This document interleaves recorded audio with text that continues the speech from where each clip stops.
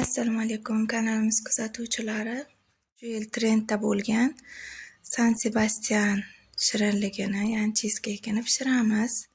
Bizga kerak bo'ladigan masalliqlar описаниеda yozib qo'yamiz ham. Mana tvorожный sir ladnidan olib ishlatdim. Mana ikkita. Bu 400 gram, bu 200 gramlik.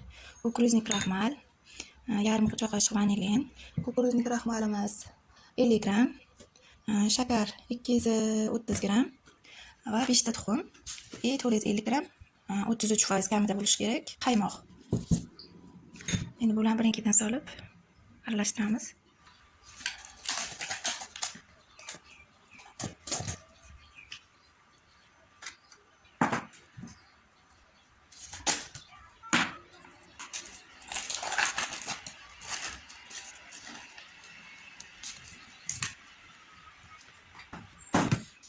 Tvorожный pastalar soldik. Ustiga shakar solamiz.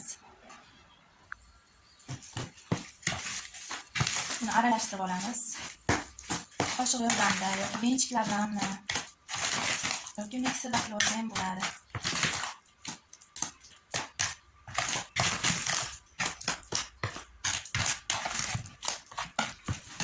Yaxshilab shakarni aralashtiramiz. Keyin tuxumlarimizni bir donadan solib, ularni ham aralashtirib qo'yamiz.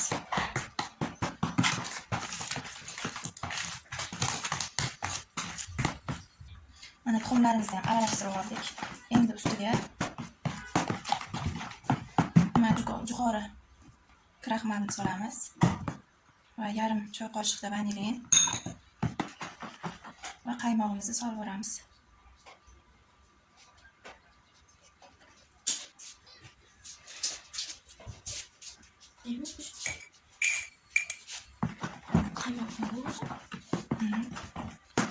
Endi yaxshilab aralashtirib olamiz. Mana qolipimizga pergament qog'ozini ozroq namlab olib, yaxshilab g'ijimlab, nimamizga qolipimiz ichiga qo'yib oldik. Endi mana bu masalliqimizni mana bu elakdan sizib solamiz. Tuxumni nimasidir ichida mana bu qolgan bo'lsa, to'rtalari bo'lgan bo'lsa, shularni yaxshilab o'tkazish uchun mana masalliqlarimizni ichiga qo'yib oldik. Endi duxovkaga joylashtiramiz. Duxovkamizga joylashtirdik. Qizigan duxovkaga.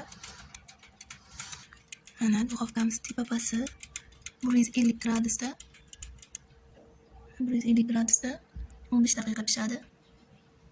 Keyin yana 15 daqiqadan keyin 170 gradus yana 15 daqiqa pishiriladi. Keyin 190 gradusda 15 daqiqa pishirib, 3 marta shunaqa gradusni almashtirib pishirib olamiz.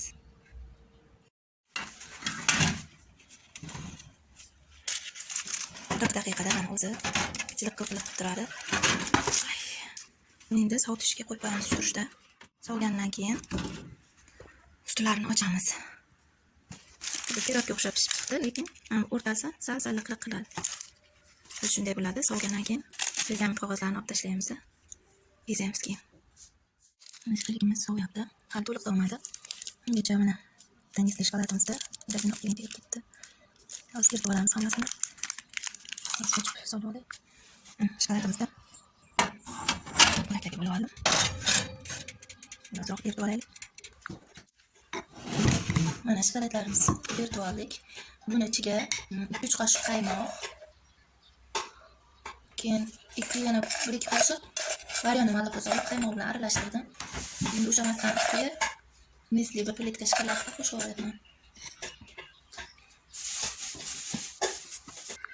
Shokoladlarni ham solib oldik. Yaxshilab bir xil masala bo'yicha aralashtirib olamiz. Yilang yog'larni mana shunday bo'lakchaga keltirib ezib oldik o'qloqcha bilan. Endi San Sebastianimizni bu issiqligida tarafigini bordim. Va ozgina yorildi. Buni ko'zaklarga bo'lib kesib chiqamizda. Bu tag tarafi. Anaqa qilamiz. Bezaymiz hozir shokoladlar bilan. Mana ko'zaklar kesib oldik. Faqat sovigandan keyin kesish kerak. Men boya shoshqaloqlik qilib issiqligida kesib yubordim. Tekin yubordim. Baribir issiqligida nimasi uncha qotmagan bo'lar ekan.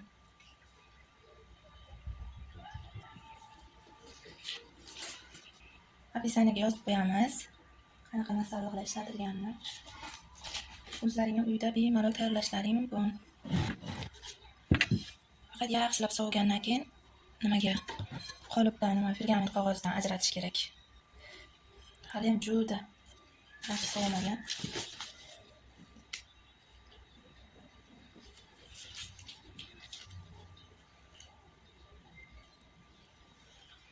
Mana shu ko'zoqlar, mana bu tayyorlab olgan qaymoq, deb plitka shokolad va nimalar aralashtirib tayyorlab oldim.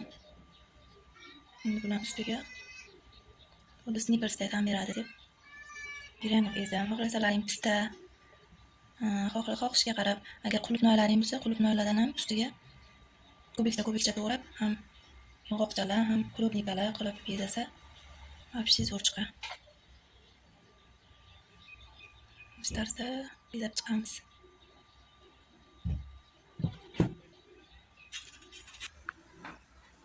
Mana San Sebastian shirinligimiz tayyor. Shuncha chiqdi. Hammaga rahmat, e'tiboringiz uchun. Sog' salomat bo'linglar.